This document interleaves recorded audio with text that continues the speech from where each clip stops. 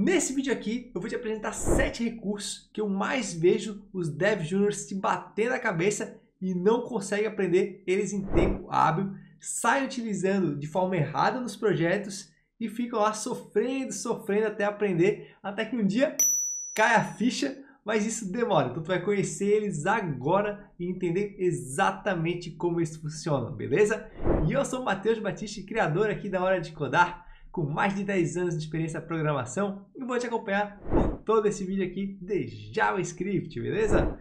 Então, esse aqui, né, é o nosso mapa mental, galera. Ele vai ser responsável aí por guiar a gente pelo conteúdo que eu vou ensinar para vocês nesse curso aqui, beleza? Mas antes, a gente vai falar sobre os recados importantes aqui do vídeo, tá? Primeiro, eu preparei para ti, totalmente de forma gratuita, um e-book de JavaScript para tu expandir os conhecimentos na linguagem, tá? O link vai estar aqui para download, só ver aqui a descrição do vídeo, tá? E acessar aqui a nossa plataforma, botar teu nome e teu e-mail que eu vou te enviar esse e-book para tu poder entender melhor como o JavaScript funciona por baixo dos panos, tá? Um conteúdo totalmente gratuito que muito bem poderia ser pago, tá? É um grande e-book, tem mais de 50 páginas aí para te aprofundar em JS, tá? E também, não menos importante, nosso curso completo de JavaScript, galera, na nossa plataforma na Hora de Codar. O link também está aqui na descrição. Então, se tu quer aprender mais JavaScript comigo, né? Se tu viu que esse vídeo aqui fez sentido para ti e quer expandir teus conhecimentos, quer criar projetos de JavaScript, projetos completos, né? A gente está aqui com um curso de mais de 12 horas e crescendo. Acesse o link aqui, vai te levar para esse curso e tu pode adquirir ele também, beleza? Então agora sim, sem mais delongas, abre o teu VS Code aí e bora acompanhar eu criando esses exemplos aqui na prática no meu VS Code, testando eles para tu entender como eles funcionam e para que eles servem. Então a gente começa primeiro pelo this, tá? O que é o this? Ele é um operador ali do JavaScript, está disponível para a gente, né, no próprio navegador, então a gente pode acessar ele a qualquer momento, não precisa de nada a mais, tá? E ele é referenciado por algo, né? Então this quer dizer isto, né? Então o que é o isto sem a gente colocar nenhum código a mais além do que já vem com o JavaScript padrão? Ele é o objeto window, então é um objeto presente em qualquer código HTML, CSS, JavaScript que tem acesso a tudo que acontece no nosso ambiente de desenvolvimento. Porém, a gente tem, né, o this em vários contextos, por exemplo, como um método, né, dentro de um método de objeto, em uma arrow function, em um event handler, e aí começa a embananar as coisas, porque a gente começa a ver ele sendo utilizado em várias ocasiões, mas ele não responde da mesma maneira. Por exemplo, dentro de um método de objeto, ele vai se referir ao próprio objeto. Então a gente vai conseguir acessar as propriedades do objeto e os métodos dele, né, através do this dentro de um objeto. Já na arrow function, né, ela não vai possuir o próprio this. Então o que acontece? O escopo que vai responder esse this aí vai ser orientado, digamos assim, pelo código que está envolvendo o this. Então, o que está acima da arrow function? Se for o escopo global, vai ser o próprio objeto window de novo, tá? Então, a gente tem que ter esse conhecimento, né, para poder estar extraindo o this correto. E se for um event handler, por exemplo, quando a gente está digitando algo no input, a gente quer mapear o valor que o usuário está digitando, a gente vai estar sabendo que o this é quem recebeu o evento, por exemplo, o próprio input, tá? Então, a gente consegue pegar o this, né, value, por exemplo, e aí tá utilizando esse valor para fazer algo no nosso código. Mas vamos aos exemplos práticos para entender melhor ainda como é que funciona o this. Então, galera, estou com o VS Code aberto aqui. Eu vou criar aquela estruturinha básica para a gente poder utilizar o JavaScript, tá? Então, arquivo index.html, inicio aqui rapidamente, tá? Vou colocar aqui 7 recursos de JS e vou colocar aqui uma tag de scripts. Como a gente vai mexer com o DOM, né, eu vou colocar aqui o scripts.js, que é o arquivo que eu acabei de criar ali, tá? Com o atributo defer. Então, eu vou abrir esse cara aqui no navegador também. Ó, tá aberto aqui, galera, com a aba do console, né, que é o que a gente vai mais usar nessa aula, beleza? Então, vamos lá. Primeiramente, a gente vai falar de this, né? E como eu falei para vocês, o this, sem nada, ele vai acessar o quê? O objeto window. Então, aqui a gente vai ter acesso a várias coisas que estão acontecendo no navegador. O método para limpar algum intervalo, o método para limpar algum timeout. Então, a gente tem acesso a esses métodos através da window, né? A gente não precisa utilizar this.clearInterval, né? Ou window.clearInterval. Mas é daí que vem esses métodos. As variáveis também vão estar ali e tudo mais. E aí começa a complicar, por exemplo, quando eu tenho uma função, né? O que responde, né? A quem o this responde quando a gente está dentro de um bloco, né, de função? A própria window. Porque nesse caso aqui, o this, né, ele não cria esse escopo de bloco. Então ele não vai ser alterado baseado escopo, né, num bloco de uma função. Mas quando a gente tem um objeto com this, é um pouco diferente, tá? Por exemplo, vamos ter aqui um const pessoa, que eu vou ter um nome de João, tá? E depois aqui do nome eu vou ter uma função, um método, né? Function. E aqui eu vou ter um olá. Olá, meu nome é... E como é que eu vou acessar o nome do objeto, né? Então, aqui que o this começa a mudar, né? Dentro do objeto, o this vai se referenciar ao objeto em si. Então, se eu botar assim, por exemplo, this nome, eu vou estar falando, olá, meu nome é João. Pessoa, ponto, saudar. Então, olá, meu nome é João, né? Nesse contexto aqui, o this é o próprio objeto. Então, isso a gente tem que entender, porque se, né, a gente imagina que a window tenta usar o objeto como nome de variável, não vai funcionar. Então, a gente tem que utilizar o this para se referenciar àquele próprio objeto, tá? Porém, em outro contexto, por exemplo, com herança de protótipo, não funciona bem assim. Por exemplo, eu vou criar aqui um objeto, pessoa 2, tá? E vou dizer que o this nome igual a nome. Estou criando uma função que nos retorna um constructor, né, de objeto. Tá aqui, ó, nome.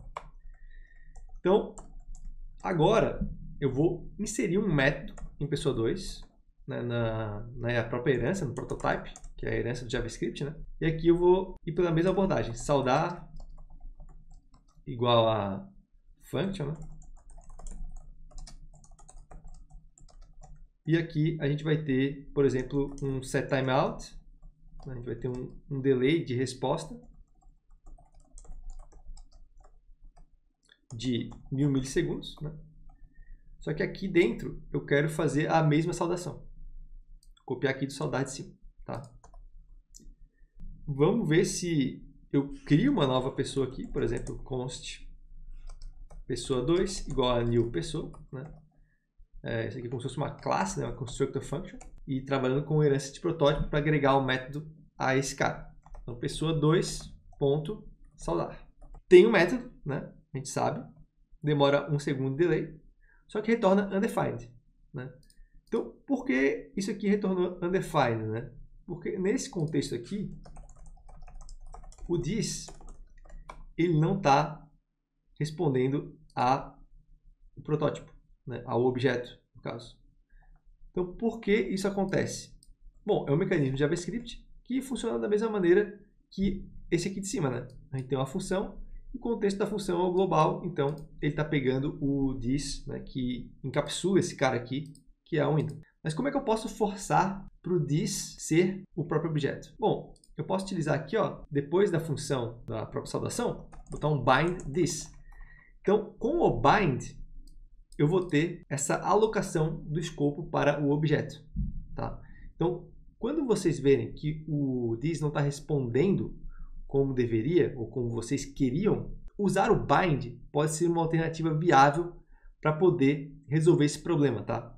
Então, tenham isso em mente, né? Quando a gente vai estar utilizando o this em contextos um pouco mais complexos, como aqui, né? Constructor function, herança de protótipo, e aí eu preciso do this para o nome de uma propriedade que está aqui no Py. O bind, ele vai ser o caminho, né, para a gente poder resolver esse problema. Tá? Então, em contextos complexos, lembrem do bind. O que mais, galera? Vamos para o nosso segundo ponto aqui, então. Closure. Né? Closure, muita gente não entende o real significado, o real propósito desse recurso. Então, eu já escrevi aqui para adiantar para vocês. Vai ser basicamente uma função que vai manter o estado entre execuções dela.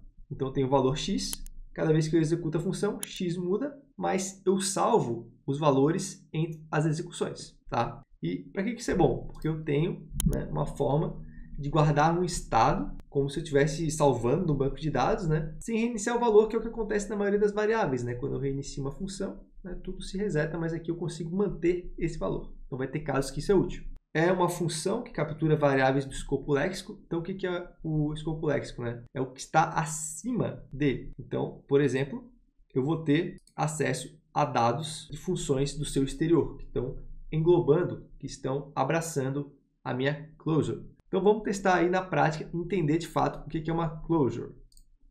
Ó, vou voltar aqui e agora a gente vai ver closure. E galera, eu estou dando alguns exemplos aqui, né? Vocês têm que ter em mente que vocês precisam procurar mais, né? Entender melhor esse recurso. Eu estou citando os recursos e dando exemplos. Normalmente tem gente que só cita os recursos ou que dá exemplos unitários, né? De um ou outro. Aqui eu estou citando os que as pessoas têm muita dificuldade e agora vocês, depois desse vídeo, vão lá, né? Entrem no nosso curso, né? Para aprender mais sobre esses caras, mas também busquem por conta própria para poder estar dominando esses caras aqui que vai ajudar muito vocês. Ainda mais aquele pessoal que quer ir para o React e tal, começar a aprender framework, JavaScript, isso aqui é tudo utilizado lá também, tá? Então vamos dizer que eu tenho uma função, tá? De multiplicador, que ela vai receber um x, beleza? E eu retorno a função que recebe um y com um retorno de x vezes y. Então isso aqui é a closure, né? Eu vou passar um valor x, tá? Ela vai multiplicar por y, e aí o valor da multiplicação, tá aqui, ó, o resultado da multiplicação será guardado para eu multiplicar por um outro valor depois, tá? Essa que é a ideia. Então vamos lá, vou botar aqui, ó, const dobrar é igual a multiplicador 2. Aí eu vou dar aqui const triplicar é igual a multiplicador 3. Então vamos lá, console log dobrar 5. O que eu vou receber aqui? 2 vezes 5, né? Porque o primeiro, né? A primeira execução é como se fosse 2 vezes nada, né? Então, ele guarda esse valor para quando ele receber o segundo, que é o 5, tá? Ele fazer a multiplicação e aí sim gerar o 10. E o mesmo caso pode acontecer com triplicar, né? Triplicar 5, tá? Então, eu vou ter o valor de 15. Eu vou tirar esse saudar aqui para não atrapalhar, tá? Então, vejam aqui. Eu consegui salvar esse valor que está sendo mantido por uma função numa variável. E aí, consequentemente, sempre que eu for reutilizando, né, eu vou tendo o valor vezes o primeiro que eu salvei aqui. Galera, mais um exemplo aqui para vocês contextualizarem, né? Uma outra maneira de utilizar a closure é manter o próprio valor dentro dela. Por exemplo, function criar contador, let contador igual a 0, tá? E eu vou dar return function. Então, quando eu estou falando de closure, eu vou ter geralmente uma função dentro de uma função que executa algo e mantém o valor, tá?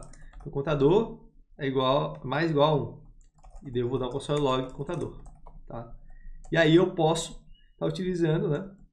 Novamente dentro de uma variável, meu contador igual a criar contador, né? E aí, quando eu executar esse cara aqui, ó, ele vai estar sempre incrementando o valor, né, para mais um.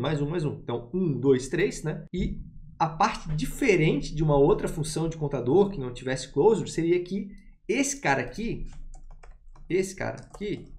não salvaria o valor. Essa que é a ideia, né? Então, por meio desse recurso aqui, eu tenho, né, a possibilidade de guardar um valor que pode estar sendo persistido entre execuções de funções, galera. Tá? É uma lógica semelhante lá ao useState, por exemplo, quem manja lá do React, tá? Então, tenha isso em mente como funcionam as closures. E agora, o nosso próximo recurso aqui, galera, a gente vai falar de Prototype Chain, tá? O que acontece? Galera, Prototype, ele é uma coisa que é do JavaScript, né? Só que a gente não vê muito código novo sendo feito em Prototype, mas tudo que a gente está fazendo em JavaScript tem um Prototype por baixo dos panos. Então a gente tem que conhecer para saber como funciona, por exemplo, a herança do ES6. Ela é uma Swagger Syntax para esse recurso do JavaScript. Então nada mais é do que um nome bonitinho para utilizar Prototype, né? Porque as pessoas confundiam muito como funcionava o Prototype. Então o que é o Prototype? Basicamente um mecanismo de herança, né, baseado em protótipos. O que é o protótipo? É um objeto base, né, que vai ser exatamente igual ao objeto que a gente está usando, né? Só que vamos herdar valores deles. Para quem conhece herança, é basicamente a mesma coisa. Só que a estrutura, né, que a gente monta é um pouco diferente e assusta os iniciantes, né? Mas vamos desmistificar aqui. Então, bora para o prototype. Olha só, o que eu vou ter aqui, por exemplo. Então, vamos dizer que eu tenho um animal, né, A gente vai utilizar aqui constructor function, que nem aquele exemplo lá de cima. E eu vou botar um this nome igual a nome, tá? Beleza. Aqui eu posso instanciar um novo animal, né, baseado nessa função. Só que ela não tem métodos, ela só tem uma propriedade. Então, como que eu boto um método, né, em um protótipo? Eu vou acessar o prototype dele. Então, é como se o animal ali, a função, fosse um objeto. Eu vou botar aqui, por exemplo, falar, né? E aí eu tenho como escrever uma função. Eu vou botar aqui, this nome, faz um som. Então, todo objeto que eu criar a partir de animal agora, né, que eu instanciar, ele vai ter o método falar. E o que acontece? Mas vamos aprofundar mais, né? A gente tem animais, né? E dentro dos animais a gente tem o cachorro, por exemplo, né? Então, eu poderia ter um function, cachorro. E agora eu não vou querer criar toda aquela minha cadeia de herança, né? Recriar, né? Criar o método falar, por exemplo, e outros métodos que teria, andar, latir e tudo mais. Então, o que eu vou fazer? Eu vou dar um animal.call this nome. E aí, a partir desse momento, eu estou colocando a propriedade nome para nome, tá? E o cachorro ele vai ter acesso a tudo o que o animal tem. Então, a gente poderia fazer o seguinte, const cachorro igual a new cachorro, botar o nome de Rex, né? Aí ele já vai preencher o nome. E eu posso dar um cachorro.falar, tá? E aí, para concluir, eu vou precisar estabelecer cachorro como uma subclasse de animal, tá? E como é que eu faço isso? Cachorro.prototype é igual a object.create animal.prototype, tá? Perceba que são vários passos, né? Geralmente a gente vai criar isso aqui só uma vez, né? Nesse primeiro passo aqui, a gente está espelhando propriedades. E aqui a gente está concluindo a herança, digamos assim, para extrair tudo, né? Propriedades, métodos e o que mais houver. Então, eu vou lá, eu estabeleço o cachorro como subclasse, tá? E aí eu faço que cachorro.prototype.constructor igual a cachorro, tá? Isso aqui, basicamente, está definindo o constructor, que é mais um passo que a gente precisa para fazer a cadeia de protótipos corretamente, né? O prototype chain, que é uma das coisas que a gente está vendo aqui. E agora sim, conste meu cachorro igual a new cachorro Rex, né? Eu vou ter acesso a tudo que tem um animal, tá? E aí vocês veem todo esse código aqui e não acham a herança mais fácil, né? Óbvio que sim, mas a herança está fazendo basicamente isso aqui por vocês, né? É bom entender. Então, ó, aqui, ó, ele está com o construtor, né? E o prototype animal, né? E tem o método falar aqui, beleza? Tá aqui o método falar. Então, agora eu posso utilizar o meu cachorro.falar. E aí eu vou ter Rex faz um som, né? E seguindo essa parte de prototype, né, a gente tem o override, que seria sobrescrever o método da classe Py, né? Que, por exemplo, o cachorro, eu quero que o cachorro lata, né? Então, o andar, beleza, eu vou deixar o mesmo método, né, se eu tivesse, mas o falar não, para latir. Então, cachorro, ponto, prototype, eu tenho que mexer direto no prototype, falar igual a function. E aqui, vou pegar esse console log, eu vou dar aqui, latiu. E agora, eu vou dar um meu cachorro, falar de novo. E aí, ó, eu mudei, né, o método de cima lá do prototype para o meu cachorro ter outro método. Então, ele não tem aquele falar convencional. Ele tem o próprio método dele. É o que eu posso fazer também em objetos normalmente, tá? Então, galera, dessa maneira aqui é que funciona a herança, né, hardcore, digamos assim, do JavaScript, que é o prototype. Vou ter a classe Py, aí eu vou ter que fazer essa estruturação aqui para herdar as propriedades, depois essa estruturação aqui para herdar os métodos, e aí sim eu posso utilizar e substituir se eu quiser, tá? Então, prototype mais um recurso aí que a galera não domina tão facilmente, né? E realmente não é tão simples de entender, mas depois que a coisa anda, fica mais fácil, né, de interpretar como é que está funcionando as heranças no projeto. E tem projetos antigos, né, com prototype, então é bom entender isso também, tá, galera? E agora vai para async e promises, tá? Então, programação assíncrona e promessas é algo que está a todo momento presente em aplicações JavaScript, aplicações React. E aqui a gente está falando basicamente de duas coisas. O recurso de promise e async await, né? Então, promise é objetos que representam conclusão ou falha, né? A gente vai ter, por exemplo, o método reject, né? Ou resolve, né? E async await é a maneira que a gente tem de ter mais controle sobre essas promessas, né? Onde eu crio uma função assíncrona, mas eu espero alguma resposta em determinado ponto do código, porque talvez eu precise daqueles dados a partir daquele momento, né? Então eu tenho como dizer, não, nesse momento aqui o código para e eu vou extrair aqueles dados. E o tratamento de erros, que é muito importante nessas ocasiões, né? Por meio de catch ou bloco try catch, tá? Então vamos ver isso na prática aí. Vamos ver como é que funciona esses caras, tá? Vamos botar aqui, ó, programação assíncrona, né? Então, promessa, né, galera? A gente vai basicamente instanciar, né? Igual a new promise. E aqui a gente vai ter acesso a dois caras, resolve e reject, tá? Então, um deles serve para dizer que deu tudo certo e o outro serve para dizer que deu algo errado. Então, vamos dizer que eu estou esperando uma resposta que demora algum tempo. Vamos simular isso com um set timeout, tá? E depois de 2 segundos, eu recebo a resposta que é de sucesso com o resolve, por exemplo, dados carregados com sucesso, né? Aqui poderia ser um processamento que demora tempo, algo que faça uma solicitação com a API externa e por aí vai. Então, como é que eu vou fazer aqui, né? Eu tenho que pegar a promessa, encadeio o método dem, que seria quando eu estou utilizando ela, e eu vou receber uma mensagem, que seria a mensagem de sucesso. E eu posso dar um console log. Então, essa promessa aqui, ela tem basicamente um step, né? Que seria o quê? Um tempo X e depois ela resolve, ela vai para o sucesso. Então, eu tenho que encadear ela com o método dem, né? Para poder iniciar a execução dela e aí receber a mensagem de sucesso. Aqui é um caso feliz, né? E não vai falhar nunca, mas a gente poderia ter uma condição que falhasse. E vejam aqui, né? Dados carregados com sucesso. Da mesma maneira, se eu tivesse uma promessa que falha, por exemplo, como é que seria? Vai ter esse cenário aqui. Em vez de esse resolve, eu vou ter o método reject sendo executado. Daí, botar assim, algo deu errado, né? E aqui, a gente tem que ter o dem, né? Porque a gente tentaria executar ela da melhor maneira possível, né? Mas, eventualmente, ela falharia, porque a nossa promessa só falha, então ela vai cair no método catch. Então, sempre a gente vai ter um dem, porque a gente nunca vai querer que a promessa falhe, né? O ideal seria que a promessa dê certo, mas quando a promessa encontra, lê o código reject, sei lá, por um erro de status da resposta, ela vai cair no catch. Então, a gente precisa tratar aqui para poder extrair esse erro e exibir alguma coisa, algum feedback para o usuário. Então, vamos lá, console log erro. Então, aqui a gente vai ter o sucesso e depois o erro, beleza? Então, lembrem disso, né?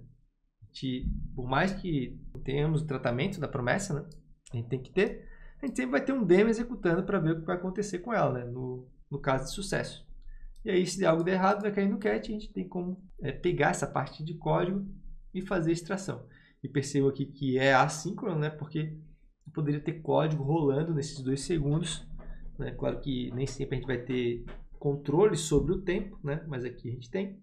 E aí, depois disso, a gente recebe essa resposta assíncrona da promessa, beleza? Continuando aqui, galera, vamos agora fazer um tratamento, por exemplo, com try-catch. Como é que ficaria? Então, vamos dizer que eu estou tentando buscar um dado de um serviço externo, né? Aí eu vou ter o bloco try-catch e justamente essa tentativa de buscar os dados, né, é a forma de a gente ver se deu certo ou deu errado. Então, let response, né? Estou esperando uma resposta, né? E aqui eu já estou trabalhando com async await, então eu estou precisando daqueles dados, né? Então, await new promise, resolve ou rejeita, tá? Aqui eu vou ter um set timeout de 1 segundo, pode ser, tá? Com o console log aqui no meio de dados obtidos com sucesso. Tá. E se isso aqui der errado, o que acontece? Bom, se eu receber um erro, eu vou cair aqui, aliás, aqui não é console log, aqui é o resolve. Eu vou cair aqui no catch. Então, o que eu vou ter aqui? Posso ter um console log mostrando o erro. Simples assim. Aí, para usar essa função, eu vou dar um fetch data, né? E aí ele vai mostrar o conteúdo aqui. Aí, como eu estou esperando essa resposta, né? Já esqueci aqui. Eu posso exibir no console log aqui response. Dados obtidos com sucesso. Vou só comentar essas execuções aqui para não atrapalhar. E, qual vai ser um caso de falha? Bom, vamos dizer que eu tenho aqui um if, que vai ter alguma validação, né? Que os dados chegaram de maneira errada. Posso ter um throw new error, falha ao acessar sistema. Aí o resolve nunca vai ser executado, né? E a gente teria um caso de falha aqui, né? Mas como vocês podem ver, a gente não chega ali no catch, porque o erro ele vai ficar aqui dentro, né? E olha só, ele responde para a gente aqui, falha ao acessar sistema. Então ele pegou justamente do catch ali, né? Ele caiu no erro e nos exibiu lá na outra aba, né? Do console. Mas é uma outra maneira que a gente tem como tratar o erro de promessa com um try catch, tá? Vou comentar aqui para não dar errado. Eu vou comentar também essa chamada aqui, tá? Então, basicamente, galera, promessas é quando a gente está esperando uma resposta de alguma requisição, né? Geralmente a gente vai estar utilizando requisições. Aí, pode dar certo, pode dar errado. Bom, deu certo, resolve. Deu errado, reject. E aí tem que ter maneiras de como tratar, como exibir melhor essa resposta, né? Esse dado para o usuário, para ele não ficar a ver navios, né? Para ele poder realmente ver algum feedback do nosso site, tá? Então, bora lá, galera. Estamos passando da metade aqui, né? Não esquecendo, né? Garante teu e-book lá de JavaScript. Acabando o vídeo, acesse ele aqui, vai estar aqui embaixo. Só clicar no link, tu vai ser redirecionado para essa página aqui e vai poder baixar ele, tá? E também, tá curtindo o conteúdo, galera? Deixa o like, se inscreve, isso é importante para ajudar o canal a crescer, entregar o vídeo para mais pessoas e a gente conseguir formar cada vez mais programadores com qualidade, beleza? Então tá, seguindo aqui, a gente vai ter o evento Bubbling. Então esse aqui é algo que pega realmente os iniciantes de jeito, né? Que estão começando a trabalhar com DOM e tal, não entende por que um evento está passando de um elemento para o outro, né? Então a gente tem a hierarquia do HTML, né? A gente tem elemento pai, elemento filho, tá? O que acontece aqui? Se a gente clica no elemento filho e a gente tem um evento no elemento pai e não tratamos esses dois eventos da maneira correta, o que acontece? O elemento passa com os dois eventos, né? Então a gente vai ter o que? Os eventos se propagando pelo DOM e uma possibilidade do elemento filho ativar também o evento do elemento pai, tá? Para resolver esse problema, a gente vai ter o stop propagation, que vai fazer o seguinte: a gente vai receber o evento do elemento filho, a gente vai executar alguma coisa e aí a gente pode estar parando a propagação, deixando de executar o evento do elemento pai, tá? Então vamos lá ver o problema na prática. Ó, eu vou criar aqui um HTML rapidinho. O que eu vou ter aqui? Eu vou ter um elemento pai e dentro eu vou ter um botão que vai ser o elemento filho. Então, num cenário específico aqui, os dois elementos vão ter eventos, tá? É comum isso. Vou botar aqui event bubbling, né? O evento passando por outros elementos. Então a gente vai ter aqui um querySelector. Eu vou selecionar o elemento pai, vou botar um evento de clique, tá? E aqui, só vou aumentar aqui para vocês verem, eu vou colocar uma função e um console log. Clicou no elemento pai. Tá, nada demais. Se eu venho aqui e clico no elemento pai, olha só, ele vai estar aparecendo o evento. Show. Se eu clico no elemento filho, ele também aparece o evento. Então, esse que é o problema. Só que eu ainda não tenho um evento no elemento filho, né? Vou botar aqui, ó, filho. E aqui, ó, eu vou clicar do elemento pai, beleza? E aqui, elemento filho e elemento pai. Então, esse é o grande problema. Como é que eu vou resolver isso? Bom, o problema está acontecendo no filho transpassar para o pai. Então, após executar a minha lógica no elemento filho, eu vou vir aqui, puxar argumento especial que eu tenho acesso, né, que é o próprio evento, e a partir dele eu vou utilizar o método stop propagation, que é onde a gente vai desistir de passar para o elemento pai, digamos assim. E aí agora, cada um vai ter os eventos, né, independentes. Ó.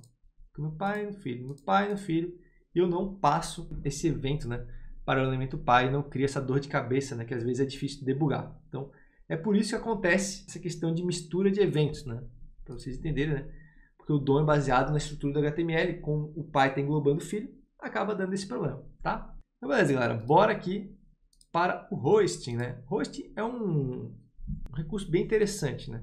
O que ele faz? Ele é um içamento, né? Ele issa alguns elementos para cima do código, por isso que a gente tem acesso a eles mesmo antes da execução. O que ele vai içar? Variáveis com var, tá? E funções. Então, tem muita gente que fala, o hosting não vale mais nada, não sei o quê, porque não usa mais var, agora é letconst. Galera, a gente ainda usa funções no código, tá? Functions, declaração de função global. E a gente também tem código antigo com var, tá? Nem sempre dá para refatorar tudo pela letconst. Então, tem que saber host sim, tá? O que não é afetado pelo hosting? Letconst. Elas não são inicializadas ou afetadas pelo hosting, ou seja, elas só podem ser executadas após elas serem declaradas. Vamos ver na prática? Bora lá. Ó, vou botar aqui hosting. Então, qual que é a questão aqui? Bom, se eu tenho aqui uma variável, minha var, com valor de 10, e eu uso um console log. Isso aqui é bom para quem é novo JavaScript também entender como era brutal programar JS antes, né? Olha só, a gente vai ter um valor de undefined, tá? O que acontece? Eu não vou ter acesso ao valor de fato, mas eu consigo utilizar sem nenhum erro, porque o JavaScript fez esse içamento e ele sabe que essa variável existe, mas ainda não deu valor para ela, tá? O que acontece, né? Se, por exemplo, eu tenho um let var2 igual a 20. Olha só, se eu uso ela antes, eu vou receber um erro. Ó, não posso acessar var2 antes de sua inicialização. Então, o JavaScript, né, com o letconst, começa mais a ser a prova de erro, né, do que antes com o var. E também, né, uma coisa interessante aqui é o içamento de funções. Então, minha função, console log test, vou poder chamar ela aqui, ó. E aí sim a função é executada. Eu consigo executar a função porque ela é colocada para cima de todo o código antes mesmo da execução. Então, eu posso executar a função antes que ela vai nos dar o resultado correto como ela foi ali programada, tá? Então, o hosting é interessante porque ele funciona em algumas questões, em outras ele funciona diferente, em outras ele vai dar erro, né? Se tu trair teu conhecimento de var para let, né? Não vai funcionar da mesma maneira, tem que usar só depois da declaração. Mas se a gente usa uma variável antes, a gente recebe undefined, mas sem erros, tá, galera? Então é muito importante entender isso, porque também é uma forma de debugar o JavaScript, né? Para entender o que está sendo executado em cada ponto do código, tá? E por último, e não menos importante, a gente vai ter o escopo, galera. Então a gente vai ter vários escopos no projeto. A gente vai ter o escopo de função, que basicamente fazem com que variáveis não saiam da função, né? A gente só pode ter acesso a elas lá dentro. Tá? A gente vai ter os escopos de bloco, que são caracterizados por toda abertura e fechamento de chaves. E let e const, eles podem utilizar esse tipo de escopo para não vazar para o global. Tá? E a gente vai ter o global, que pode ser acessado em qualquer lugar, né? Que a galera procura evitar. E é uma boa prática isso também. Beleza? Então, bora lá dar uma olhada como isso funciona. Tá aqui, ó, escopo. Tá? E aqui eu vou ter, por exemplo, uma variável A. E aqui eu vou ter um if true. Eu vou ter uma outra variável a com valor de 10. Se eu fizer isso aqui, vou só log a aqui dentro e a lá fora. Olha só, eu vou ter 1, 10, 10. Então a gente tem o quê? Que a variável a do escopo global era 1, mas eu mudei ela dentro de um if. E no escopo global ela foi alterada também para 10, né? Então, ó, era 1, 1, depois 10, 10. Então, a gente tem essa mescla de escopos, o que não acontece com let. Então, vou botar aqui, ó, só copiar tudo aqui, galera. Mais fácil. Vou botar aqui, ó, tudo que é A, eu vou colocar B. Então, o que acontece se a gente tem let, né? Ó, eu tenho 1, 10, 10 e 1, tá? Então, eu nunca vou ter, né, por exemplo, esse valor aqui dentro. A gente vai ter Então, o que acontece aqui, né, galera? Eu tenho esse valor aqui no escopo de fora e aqui dentro eu não altero ele, independente do que aconteça. Somente vai funcionar aqui com a sua variável b específica, tá? Mas, né, quando eu estou falando, por exemplo, de escopo global, console log C, aí eu também recebo aqui, ó, tô voltando aqui desde quando eu copiei que eu mudei o valor de let, tá? Então aqui, galera, o que acontece? Eu estou até recebendo um erro aqui, ó, que eu estou acessando o B antes da inicialização. Então, o B ele vai ser 1 sempre, o que está no global, né? E aqui dentro o B é 10. Então eu tenho separações de escopo por meio aí das chaves. Mas o que acontece se eu tenho uma variável C, né, aqui fora? Bom, ela está no escopo acima. Então eu tenho acesso a ela lá dentro, porque ela é do escopo global. Mas variáveis do mesmo nome respeitam seus escopos, tá? Então, as chaves que vão determinar quem vai estar isolando o escopo ou não, né? E a mesma coisa acontece com funções, né? Se eu tenho aqui uma variável x igual a 10, sei lá, o x, essa variável ali, x, vai ter um valor diferente, tá 90, ela vai estar dentro da função. Então, eu não vou ter acesso ao x aqui fora, né? Eu vou receber aqui um erro que eu estou acessando o x e ele não está definido. Então, galera, o escopo é algo muito interessante e muito importante de ser dominado, tá? Porque tu vai conseguir entender quais são os limites do JavaScript para letConst, que é o que principalmente está valendo agora, né? Mas é bom também entender esse vazamento do escopo quando a gente usa var. Porque, como eu falei, tem código antigo, né, galera? Então, a gente tem que se prezar e também aprender essas outras variações das versões mais antigas do JS. Fechou, galera? Então, assim a gente chega no fim, né, dos nossos 7 recursos. Eu espero que vocês tenham curtido, galera. Entender e compreender esses recursos aqui, tá? Fazendo os seus próprios exemplos, seus próprios exercícios, vai ajudar vocês a evoluírem mais rápido no JS, se preparar para o JS avançado, tá? E, com certeza, ter mais sucesso no início do emprego de vocês como Dev Júnior, tá? E, antes de terminar, deixo novamente as indicações, galera. E-book de JavaScript para tu aprender os fundamentos da linguagem. É um bom complemento a esse conteúdo aqui, tá bom? Totalmente gratuito para vocês. E, claro, nosso curso de JavaScript completo. Vou deixar o link aqui na descrição também. Acessa aí, dá um confere. O precinho tá bacana. Com certeza tu vai aprender muito, mas muito mais comigo mesmo, tá? E claro, né? Todos os nossos cursos têm acesso vitalício, equipe de suporte para tirar todas as tuas dúvidas e certificado de conclusão. E, claro, as atualizações novas que entram, tu vai ter acesso a elas também. Beleza? Então, galera, vamos fechando aqui por hoje. Espero que vocês tenham curtido aí o conteúdo. Curti pra caramba fazer. Muito legal falar de JavaScript. Não esquece aí de se inscrever no canal, deixar aquele like. E também, se tu quer me ajudar mais ainda, considera, né, se tornar membro aí do canal, que também é muito importante. Ajuda a gente a conseguir trazer mais conteúdo de forma gratuita aí para vocês aqui no YouTube. Certo? Então, vou ficando por aqui. Espero vocês no próximo vídeo. Até mais!